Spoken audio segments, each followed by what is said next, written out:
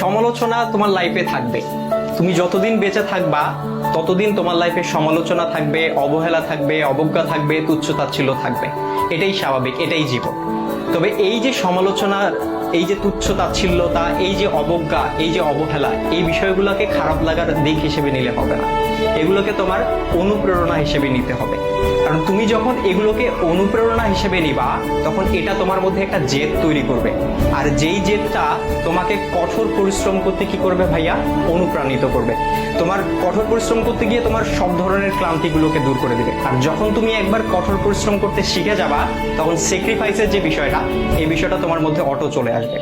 সুতরাং এই যে, আর সবকিছুর সাথে যদি বলো যে এই যে সমালোচনা, এই সমালোচনার পাশাপাশি জেদ, কঠোর পরিশ্রম, স্যাক্রিফাইস, আর এগুলোর সাথে যখন মেধার সংমিশ্রণ ঘটবে, তখনই তোমার স্বপ্নগুলো পূরণ হবে। সুতরাং সমালোচনাকারীর এই যে সমালোচনা, এই যে অবজ্ঞা, এই যে অবহেলা, এই যে